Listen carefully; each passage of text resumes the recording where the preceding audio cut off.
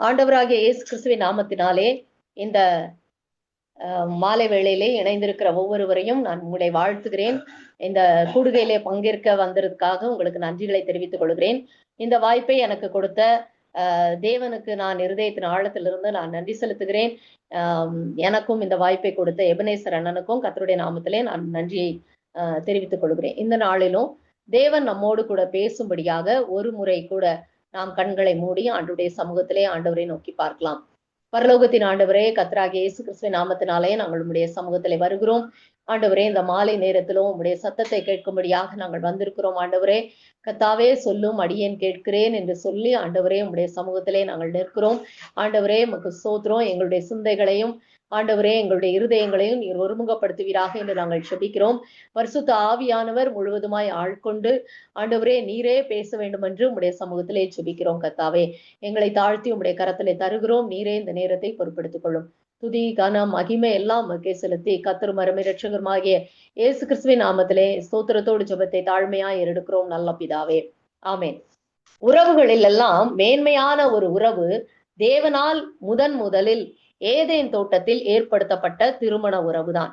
ஆதாமுக்குள் இருந்த ஏவாளை தேவன் பிரித்தெடுத்து அவனுக்கு துணையாக ஏற்படுத்தினார். ஆனால் இந்த நாட்களில் நாகரீகம் என்ற பெயரில் மனிதர்கள் விழுந்து போன பாவ சுபாவத்தினால் தேவன் ஏற்படுத்திய இந்த உறவை மிகவும் அசிங்கப்படுத்தியுள்ளனர். திருமணம் சொர்க்கத்தில் நிச்சயிக்கப்படுகிறது என்பது வழக்க சொல். ஆம், தேவனே வெவ்வேறு குடும்ப சூழலில் வளர்ந்து வந்த ஒரு ஆணையும் ஒரு பெண்ணையும் அவரின் வேளையில் அவரின் சித்தத்தின்படி இணைக்கிறார். நாம் தேவ சமூகத்தில் இணைக்கப்பட்ட தம்பதியர் தேவனுக்கு முன் கொடுத்த வாக்குறுதிகளை மறந்து நடைமுறை வாழ்வில் ஒருவருக்கொருவர் அன்பு கூர்ந்து வாழ்வதற்கு பதிலாக கடினமாய் பேசுவதும் பேசாமல் வாழ்வதும் பிரிந்து போவதும் தேவனுக்கு துக்கத்தை ஏற்படுத்தும் ஒரு செயலாகும். தேவனை துக்கப்படுத்துகிறோம் என்பதை உணர்ந்தாலும் அநேக நேரங்கள், ஏன் அனுதினமும் கூட நாம் இதில் தவறுகிறோம். தேவனுக்கு கீழ்ப்படிந்திருக்க வேண்டும் என்று சொல்லி யாக்கோபு 4:7 நமக்கு சொல்லப்பட்டிருக்கிறது. தேவனுக்கு கீழ்ப்படிய வேண்டும் என்றால் என்ன? ஆதியிலே வார்த்தை இருந்தது, அந்த வார்த்தை தேவனிடத்தில் இருந்தது, அந்த வார்த்தை தேவனாய் இருந்தது என்று சொல்லி யோவான் எழுதின சுவிசேஷம் 1ஆம் அதிகாரம் 1ஆம் வசனத்திலே நாம் வாசிக்கிறோம். அந்த வார்த்தை மாம்சமாகி கிருபையினாலும் சத்தியத்தினாலும் நிறைந்தவராய் நமக்குள்ளே வாசம் பண்ணினார் என்று சொல்லி அதே யோவான் 1ஆம் அதிகாரம் 14ஆம் வசனத்துல நாம் வாசிக்கிறோம். இந்த தேவனுடைய வார்த்தை தான் தேவனுக்கு கீழ்ப்படிவது என்பது அர்த்தம். அப்போ தேவனுக்கு கீழ்ப்படிய வேண்டுமானால் தேவனுடைய வார்த்தையில் கொடுக்கப்பட்டிருக்கிற காரியங்களுக்கு நாம் கீழ்ப்படிய வேண்டியது மிகுந்த அவசியமாய் காணப்படுகிறது. இந்த நாளின் தியானத்திற்காக ஆண்டவர் என்னுடைய உள்ளத்திலே வைத்த காரியங்களை உங்களோடு நான் பகிர்ந்து கொள்வதற்காக 1 பேதுரு 3ஆம் அதிகாரத்தை திருப்பிக் கொள்ளலாம். இந்த முதல் வசனத்திலே அந்தப்படி மனைவிகளே உங்கள் சொந்த புருஷர்களுக்கு கீழ்ப்படிந்திருங்கள் என்று தொடங்குகிறது. அந்தப்படி என்று தொடங்குகிறது. ஆகவே அதை நாம் எது நிமித்தம் இந்த வார்த்தையை சொல்லுகிறார் என்பதை அறிவதற்காக 1 பேதுரு 2ஆம் அதிகாரம் 25ஆம் வசனத்தை நாம் வாசிக்கும் போது அதிலே ஒரு காரியம் அங்கே கொடுக்கப்பட்டிருக்கிறது. சிதறுண்ட ஆடுகளை போல் இருந்தீர்கள், இப்பொழுதோ உங்கள் ஆத்துமாக்களுக்கு மேய்ப்பரும் கண்காணியுமானவரிடத்தில் திருப்பப்பட்டிருக்கிறீர்கள் என்று சொல்லப்பட்டிருக்கிறது. சிதறுண்ட ஆடுகளை போல் இருந்தோம், ஆனால் இப்பொழுதோ நம்முடைய ஆத்துமாக்களுக்கு மேய்ப்பரும் கண்காணியுமான தேவனிடத்தில் நாம் திருப்பப்பட்டிருக்கிறோம். அதாவது திருப்பப்பட்டிருக்கிற நாம், திருப்பப்பட்டிருக்கிற குடும்பத்தில் உள்ளவர்கள் நாம் சொந்த புருஷர்களுக்கு, இங்கே முதலாவது மனைவிகளுக்காக இவர் எழுதுகிறார். மனைவிகளே உங்கள் சொந்த புருஷர்களுக்கு கீழ்ப்படைந்திருங்கள் என்று சொல்லி இந்த காரியத்தை குறித்து நான் இதற்கு முன்பான செய்திகள்ல இந்த கீழ்ப்படிதலை குறித்து அதிகமாக நான் பேசி இருக்கிறேன். இந்த நாளிலே நாம் கவனிக்க போவது இதுல 2வது பகுதி. அதாவது திருவசனத்தில் யாராவது கீழ்ப்படியாதவர்களாய் இருந்தால் பயபக்தியோடு கூடிய உங்கள் கற்புள்ள நடக்கையை அவர்கள் பார்த்து போதனையின்றி மனைவிகளின் நடக்கையினாலேயே ஆதாயப்படுத்தி கொள்ளப்படுவார்கள். இந்த இரண்டாவது பகுதியை நாம் கவனிக்க போவதினால், யாராவது திருவசனத்துக்கு கீழ்ப்படியாதவர்களாய் இருந்தால், சில குடும்பங்களில் மனைவிகள் திருவசனத்திற்கு கீழ்ப்படியாதவர்களாய் இருக்கக்கூடும். சில குடும்பங்களில் கணவர்கள் திருவசனத்திற்கு கீழ்ப்படியாதவர்களாய் இருக்கக்கூடும். எப்படியாயினும் யார் ஒருவர் கீழ்ப்படியாமல் இருந்தாலும், வசனத்திற்கு கீழ்ப்படியாதவர்களாய் இருந்தாலும், அவர்களை ஆதாயப்படுத்திக் கொள்வதற்கான ஒரு ஆலோசனையை இங்கே அப்போஸ்தலனாகிய பேதுரு எழுதுகிறார். அதாவது எப்படி ஆதாயப்படுத்த வேண்டுமானால், கற்புள்ள நடக்கையினால், நடக்கையை பார்த்து, போதனை இன்றி. அதாவது அநேக நேரங்களிலே ரட்சிக்கப்படாத ஒரு நபர் அல்லது ஒரு வாழ்க்கை துணை இருக்கும் பொழுது, அநேக நேரங்களிலே நாம் அவர்களுக்கு வசனத்திலே இப்படி சொல்லியிருக்கிறது என்று சொல்லி அநேக காரியங்களை போதிப்பதற்கு முற்படுகிறோம். ஆனால் இங்கே பேதுரு நமக்கு கொடுக்கிற ஆலோசனை போதனை அல்ல, நடக்கைகளினால் நாம் அவர்களை ஆதாயப்படுத்திக் கொள்ள வேண்டும் என்று சொல்லப்பட்டிருக்கிறது. இந்த பகுதியை வாசிக்கும் பொழுது எனக்கு மனதிலே 1 சாமுவேல் 25ஆம் அதிகாரத்திலே அங்கே ஒரு குடும்பத்தை நாம் பார்க்கிறோம். நாம் நன்றாக அறிந்திருக்கிற ஒரு சம்பவம் தான் 1 சாமுவேல் 25ஆம் அதிகாரத்திலே அங்கே நாபால் அபிகாயில் என்ற தம்பதிகளை நாம் பார்க்கிறோம். இந்த நாபாலை குறித்து சொல்லப்படும் பொழுது, அவன் முரடனும் துராக்கிருதம் பண்ணுகிறவனுமாய் இருந்தான். அவன் காலேபுடைய சந்ததியான். இந்த காலேப் யாரு? காலேபு ஆண்டவர் சொல்லும் பொழுது, காலேபு உத்தமமாய் ஆண்டவரை பின்பற்றினான் என்று சொல்லி தேவனே சாட்சி கொடுத்த ஒரு காலேபு.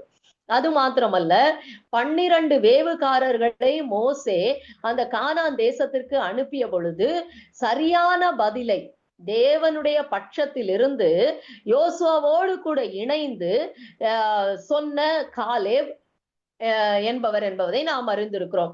அந்த காலேபுடைய சந்ததியில் வந்தவன் தான் இந்த நாபால். ஆனால் இந்த நாபாலுடைய ஒரு சுபாவமோ நாபாலுடைய வாழ்க்கையோ மிகவும் வித்தியாசமானதாய் காணப்படுகிறது. இவனை குறித்து சொல்லப்பட்டிருக்கிறது முரடன், இந்த துராக்கிரதம் பண்ணுகிறவன். துராக்கிரதம் என்று சொல்லும் பொழுது ஒரு பொல்லாப்பு நிறைந்த பொல்லாப்புகளை செய்கிற ஒரு மனுஷனாய் காணப்பட்டான். ஆனால் அவனுடைய மனைவியை குறித்து சொல்லப்பட்டிருக்கிறது, அந்த ஸ்திரீ மகா புத்திசாலியும் ரூபவதியுமாய் இருந்தாள் என்று சொல்லப்பட்டிருக்கிறது. இந்த ஸ்திரீ புத்திசாலியாய் இருந்தாள் என்று சொல்லப்பட்டிருக்கிறது. புருஷனுடைய சுபாவம் வித்தியாசம், இது மாறுபட்டும் இருக்கக்கூடும். ஒருவேளை ஸ்திரீ பொல்லாதவளாகவும் அந்த கணவன் ஒரு புத்திமானாகவும் இருக்கக்கூடிய சூழ்நிலைகளும் உண்டு. எப்படி ஆயினும் இந்த அபிகாயிலுடைய வாழ்க்கையிலிருந்து நாம் சில பாடங்களை இந்த நாள்ல கற்றுக்கொள்வதற்கு ஆண்டவர் நமக்கு உதவி செய்வாராக. இந்த குடும்பத்திலே ஒரு சம்பவம் நடைபெறுகிறது. அதாவது தாவீது நாபாலிடம் உதவி கேட்டு தன்னுடைய மனுஷரை அனுப்பும் பொழுது இந்த நாபால் கடினமான உத்தரவு சொல்லி அவர்களை அனுப்பிவிடுகிறான். இந்த செய்தியை அபிகாயிலிடம் ஒரு வேலைக்காரன் அந்த அபிகாயிலிடம் சொல்லுகிறான். ஒரு குடும்பத்திலே அந்த வீட்டிலே உள்ள ஒரு வேலைக்காரன் இந்த செய்தியை அறிந்தவுடன் அவன் இந்த காரியத்தை அபிகாயிலிடம் சொல்லுகிறான். ஏனென்றால் அந்த வேலைக்காரன் அறிந்திருந்தான் தாவீது ஒரு யுத்த வீரன், தாவீது தனக்கு கொடுக்கிற அவமரியாதை அவன் ஏற்றுக்கொள்ள மாட்டான், ஆகவே இந்த குடும்பத்திற்கு நிச்சயம் தீங்கு வரக்கூடும் என்பதை உணர்ந்தவனாக அவன் அந்த செய்தியை அபிகாயிலுக்கு சொல்லுகிறான். அபிகாயிலுக்கு சொல்லும் பொழுது அவன் நாபாலை குறித்து ஒரு காரியத்தையும் சொல்லுகிறான். நாபால் தன்னோட ஒருவரும் பேசக்கூடாதபடிக்கு பேலியாளின் மகனாய் இருக்கிறான் என்று சொல்லுகிறான். அதாவது நாபாலுடைய சுபாவம், அவன் முரடன் மாத்திரமல்ல, அவன் பொல்லாப்பை செய்கிறவன் மாத்திரமல்ல, அவனிடம் யாரும் எந்த ஒரு காரியத்தையும் பேசக்கூடாத ஒரு இடத்திலே அவன் காணப்பட்டான். ஆகவேதான் அந்த வேலைக்காரன் அந்த காரியத்தை நாபாலிடம் சொல்லாமல் அவன் அபிகாயிலை நாடி வருகிறான். அப்போ இந்த அபிகாயில் எப்படி இருந்தார்கள்? அவர்கள் தன்னுடைய கணவருடைய சுபாவத்தை காரணம் காட்டி தானும் அதை போல் மாறாமல் இவர்கள் மற்றவர்கள் தன்னிடம் காரியங்களை பேசக்கூடிய, அதாவது அப்ரோச்சபிள் ஒரு பிளேஸ்ல இந்த அபிகாயில் காணப்பட்டார். அது மாத்திரம் அல்ல, அவர்களிடம் சொல்லப்படுகிற காரியங்களை சிந்தித்து செயல்பட வேண்டிய நேரத்திலே செயல்படுகிற ஒரு ஸ்திரீயாகவும் அபிகாயில் காணப்படுகிறார்கள். அடுத்த வசனத்துல நம்ம பார்த்தோம்னா 25ஆம் அதிகாரம் அங்கே 18ஆம் வசனத்துல பார்க்கும் பொழுது அபிகாயில் தீவிர அப்படின்னு சொல்ல போடப்பட்டிருக்கு. அவங்க காலம் தாமதம் பண்ணவே இல்லை. மறுபடியுமாக இந்த காரியத்தை, தன்னிடத்தில் சொல்லப்பட்ட காரியத்தை எடுத்துக்கொண்டு உடனே நாபாலிடம் போய் அங்கே சண்டை போட்டு, நீங்க ஏன் அந்த ஆளை அப்படி அனுப்பி விட்டுட்டீங்க, அங்க ஏதாவது செய்யுங்க அப்படின்னு சொல்லி அங்கே அவர்கள் போய் பேசாமல், இவர்கள் தன்னுடைய சூழ்நிலைக்கு ஏற்ப, தன்னுடைய தகுதிக்கேற்ப தன்னால் என்ன செய்யக்கூடியுமோ அந்த செயலை செய்வதற்கு அவர்கள் துணிகிறார்கள். வேலைக்காரருடைய உதவிகளை எடுத்துக்கொண்டு என்னெல்லாம் தன்னால எடுத்துக்கொள்ள கொண்டு போக முடியுமோ அங்கே வனாந்திரத்துல இருக்கிற தாவீதை சந்திப்பதற்காக அவர்களுக்கு தேவையான எல்லா உணவுப் பொருட்களையும் எடுத்துக்கொண்டு அவர்கள் போகிறார்கள். அங்கே 19ஆம் வசனத்துல ஒரு காரியம் சொல்லப்பட்டிருக்கு. தன் புருஷனாகிய நாபாலுக்கு அதை அறிவிக்கவில்லை. இப்பொழுது நேரத்தை உணர்ந்தவர்களாய் இவர்கள் செயல்படுகிறார்கள். நேரம் தாழ்த்தி நாபாலிடம் போய் பேசி தன்னுடைய சமயத்தை வீணடித்தால் தன்னுடைய குடும்பத்தின் மேல் அழிவு வந்துவிடும் என்பது நிமித்தமாக அவர்கள் அங்கே நாபாலிடம் அறிவிக்காமல் அவர்கள் கடந்து போகிறார்கள். கடந்து போய் அங்கே தாவீதை சந்தித்து தன்னுடைய குடும்பத்தின் மேல் இருக்கிற வரவிருந்த அந்த அழிவை தடுத்து விட்டார்கள். தடுத்த பின்பு இங்கே வீட்டுக்கு வரும் பொழுது அந்த நாபாலின் சூழ்நிலையை நாம் 36ஆம் வசனத்திலே நாம் பார்க்கிறோம். அவனுடைய இருதயம் கழித்திருந்தது, அவன் அதிகமாய் மது அறிந்திருந்தான். அந்த சூழ்நிலையில் என்ன சொன்னாலும் அவருக்கு விளங்காது என்பதனால அந்த காரியம் எதையுமே, தான் செய்த எதையுமே அந்த இரவு அவர்கள் அறிவிக்கவில்லை. ஆனா 37ஆம் வசனத்துல சொல்லப்பட்டிருக்கிறது, பொழுது விடிந்து நாபாலின் வெறி தெளிந்த பின்பு அவன் மனைவி இந்த வர்த்தமானங்களை அவனுக்கு அறிவித்தாள். அப்போ இந்த அபிகாயில் தான் செய்த காரியங்களை கணவனுக்கு மறைத்து செய்யவில்லை, ஆனால் அவர்கள் புத்தியாய் செயல்பட்டார்கள். எந்த சூழ்நிலையில, எந்த நேரத்துல நாபாலிடம், அதாவது தனது கணவனிடம் காரியங்களை சொல்ல வேண்டுமோ அந்த சமயம் பார்த்து அவர்கள் பேசினார்கள். அநேக நேரங்களிலே நாம் சமயம் அறிந்து பேசாததினால் அநேக நேரங்களிலே நாம் நன்மையானவைகளை இழந்து போகிறோம். நாங்க சின்ன பிள்ளையா இருக்கும் பொழுது எங்களுடைய தகப்பனார் எங்களுக்கு ஒரு கதை சொல்லி தருவார்கள். அதாவது ஒரு ஆமையும் கொக்குகளும், ரெண்டு கொக்கும் ஒரு ஆமையும் ஃப்ரெண்ட்ஸா இருந்தாங்களாம். அப்போ அவங்க இருந்த அந்த ஒரு குளத்துல தண்ணீர் வற்றி போனதுனால அந்த கொக்குகள் எல்லாம் வேறொரு பக்கமாக போவதற்காக தீர்மானித்தது. அப்போ அந்த ஆமை அவர்களுக்கு ஃப்ரெண்டா இருந்தனால ஆமையை விட்டுட்டு போறதுக்கு அந்த கொக்குகளுக்கு இஷ்டம் இல்லை. அப்போ அந்த ஆமை சொல்லுச்சான், என்ன அப்ப எப்படி கூட்டிட்டு போவீங்க அப்படின்னு சொல்லிட்டு. அந்த ரெண்டு கொக்குகளும் சொன்னாங்களாம், ஒரு பெரிய ஒரு கொம்பு எடுத்துக்கலாம், ஒரு பெரிய கட்டை எடுத்துக்கலாம், 2 நுனிகள்ல நாங்க அதை பிடிச்சிக்கிறோம், நீ நடுவுல தொங்கணும் அப்படின்னு சொல்லிச்சான். அதுல போற வழியில நீ உன்னுடைய வாயை திறக்கவே கூடாது, நீ வாயை திறந்தனா அதுக்கப்புறம் உன் லைஃபுக்கு நாங்க கேரண்டி கிடையாது அப்படின்னு சொல்லிட்டு அந்த கொக்குகள் ஆலோசனை கொடுத்திருக்கிறது. இந்த ஆமையும் சரி அதுல அந்த வாயை வச்சு நான் பிடிச்சிட்டு இருக்க நேரத்துல நான் வாயை திறக்க மாட்டேன், எதுவும் பேச மாட்டேன் அப்படின்னு சொல்லிட்டு எல்லாம் அந்த நேரத்துல அந்த ஆமை சொன்னதாம். ஆகவே அந்த குறிப்பிட்ட நாள் அன்று அவர்கள் திட்டமிட்டபடி அந்த கம்புல எல்லாம் ரெடி பண்ணி அந்த ஆமை நடுவுலையும் அந்த கொக்குகள் 2 பக்கத்திலுமாக அவர்கள் ஒரு நதியிலிருந்து, அந்த வற்றி போன நதியிலிருந்து இன்னொரு தண்ணீர் உள்ள நதிக்காக அவர்கள் போய்கிட்டு இருந்தார்களாம். போகிற வழியிலே சில சிறு பிள்ளைகள் ஆமா பாரு மேல தொங்குது, கொக்கு தூக்கிட்டு போகுது அப்படின்னு சொல்லி கொஞ்சம் பிள்ளைங்க எல்லாம் அங்க கீழே இருந்து கத்துனாங்களாம். இத கேட்ட உடனே இந்த ஆமை அமைதலா இருக்காம உங்களுக்கு என்னடான்னு சொல்லுச்சான். என்ன இருக்கும், அதனுடைய முடிவை நீங்களே தீர்மானித்துக் கொள்ளுங்கள். அந்த ஆமை மேல இருந்து தொப்புன்று கீழே விழுந்தது, மரித்து போயிற்று. அருமையானவர்களே, அதே போல நம்முடைய வாழ்க்கையிலும் அநேக நேரங்களிலே நாம் மௌனமாய் இருக்க வேண்டிய ஒரு காலம் உண்டு.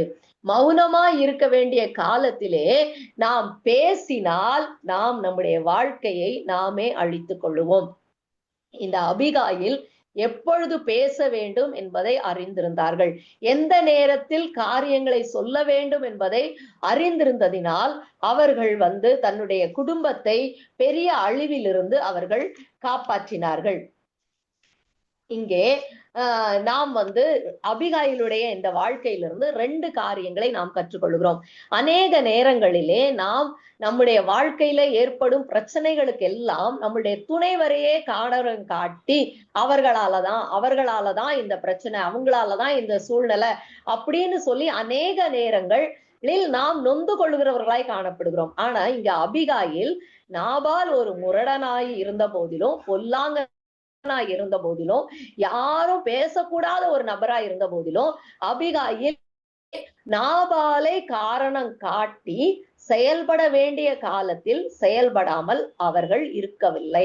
ஆகவே நாமோ நம்முடைய குடும்பத்தின் பாதுகாவலுக்கு, நம்முடைய குடும்பத்தை அழிவினின்று தப்புவிப்பதற்கு நாம் துணைவரை காரணம் காட்டாமல் அல்லது துணைவரை நாம் குறை சொல்லாமல் நாம் செய்ய வேண்டியதை தீவிரமாய் செய்கிறவர்களாய் காணப்பட்டோமாயின் நம்முடைய துணைவரையும் சேர்த்து நாம் கர்த்தருக்காக ஆதாயப்படுத்திக் கொள்ள வேண்டும்.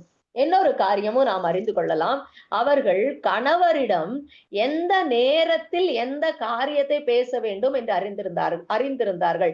அதே போல் நாமும் துணைவர்களிடம், கணவனாயிருந்தாலும் சரி, மனைவியாயிருந்தாலும் சரி, நாம் எந்த நேரத்தில் எந்த காரியத்தை பேச வேண்டும் என்று அறிந்து பேசும் பொழுது அநேக குடும்பத்தில் உள்ள பிரச்சனைகளை நாம் தவிர்க்க முடியும்.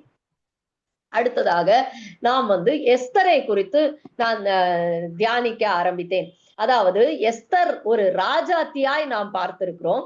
ஆனால் ஆகாஸ்வேரு ராஜாவின் மனைவியாய் நான் அவர்களை சற்று சிந்தித்து பார்த்தேன். அந்த எஸ்தர் புஸ்தகத்துல உள்ள அந்த சம்பவமும் நாம் நன்கு அறிந்த ஒரு சம்பவம் தான். அங்கே எஸ்தர் ஒரு யூத ஸ்திரீ, ஆனால் அவள் தன்னுடைய குலத்தையும் தன்னுடைய கோத்திரத்தையும் சொல்லாமல் அங்கே காணப்பட்டாள். அந்த சூழ்நிலையில அங்கே யூதர்களுக்கு ஒரு நெருக்கடியான ஒரு சூழ்நிலை காணப்படுகிறது. அந்த நெருக்கடியான சூழ்நிலையிலே மொர்தெகாய் எஸ்தரிடம் சொல்கிறாள், நீ அகத்தியமாய் ராஜாவிடம் போய் பேச வேண்டும். ஆகாஸ்வேரு ராஜாவை குறித்து நாம் யோசிப்போமானால் அந்த எஸ்தர் முதல் அதிகாரத்திலேயே அங்கே வஸ்தி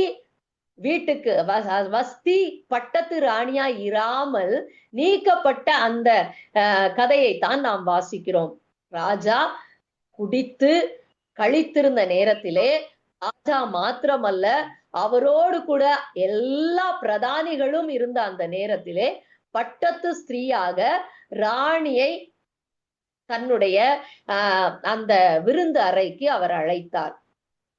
அங்கே ராணி தான் வரமாட்டேன் என்று சொன்ன செய்தியினால் கோபமுற்றார் ஆகாஸ்வேரு ராஜா. நாம் அறிந்திருக்கிறோம். இங்க பார்த்தோம்னா அப்போ இந்த எஸ்தருக்கு இந்த சம்பவம் நன்றாகவே தெரியும்.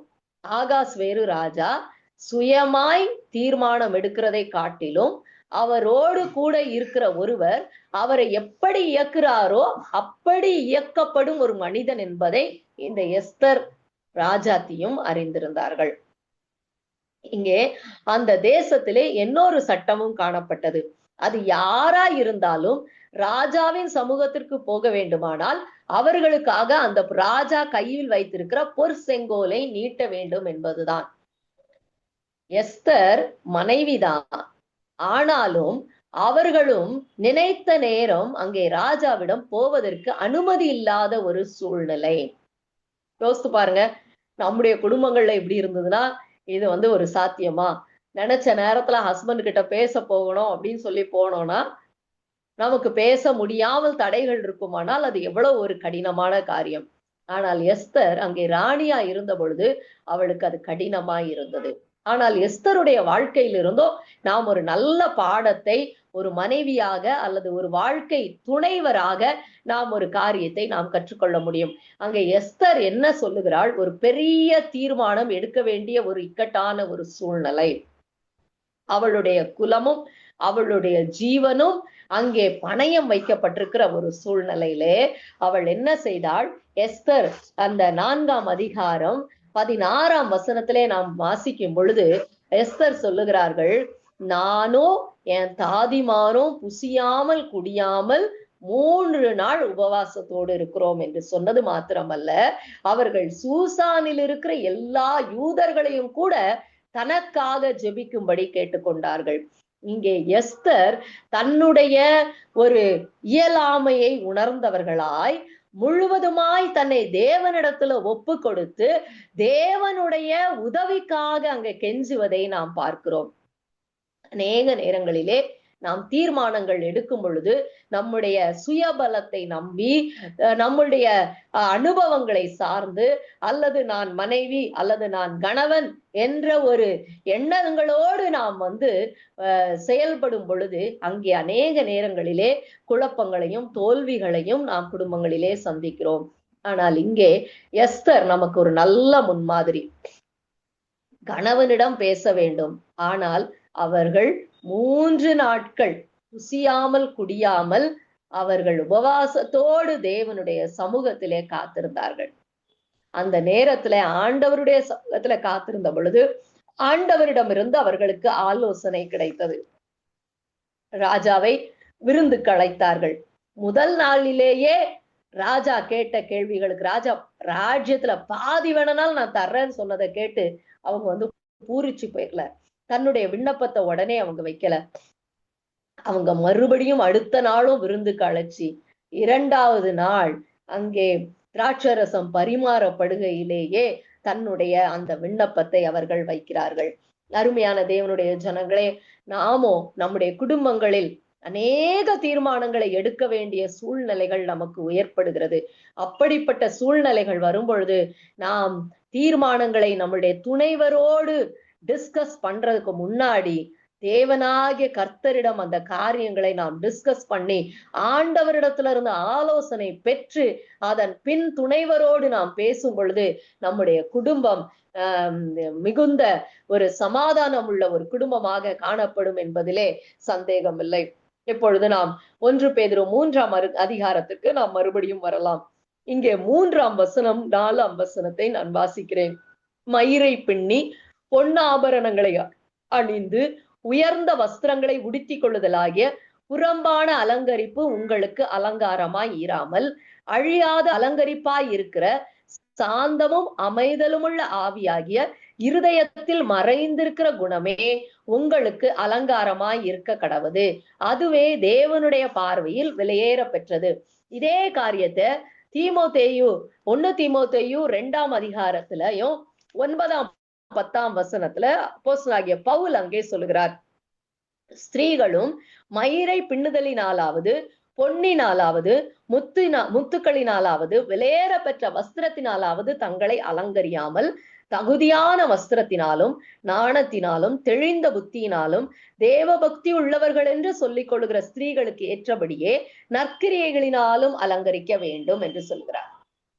இங்க 2 பேரும் இந்த அலங்கரிப்பை குறித்து பேசுகிறார்கள். அப்போஸ்தலனாகிய பேதுருவும் அதை குறித்து எழுதுகிறார், அப்போஸ்தலனாகிய பவுலும் அதை குறித்து எழுதுகிறார்.